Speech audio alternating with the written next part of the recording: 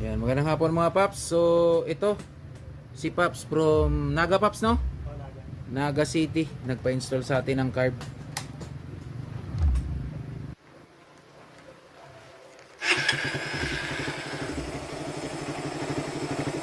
So, ito na test drive ko na to. Papa-test drive ko na rin kay Paps to bago siya umuwi.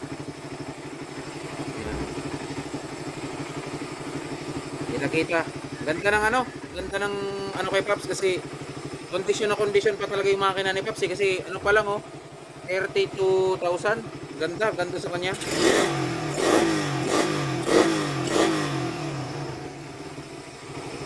So ganyan umandar at saka response yung carb natin mga Paps.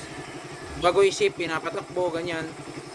So sa mga bumili naman sa atin ng carburetor, kapag ka full throttle mo na parang pakiramdam mo na medyo parang kapos, papalit mo lang yung isang main jet. So kaya may free yan.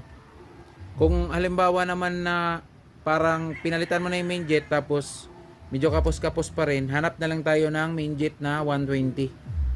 Okay? So yun lang yun mga paps.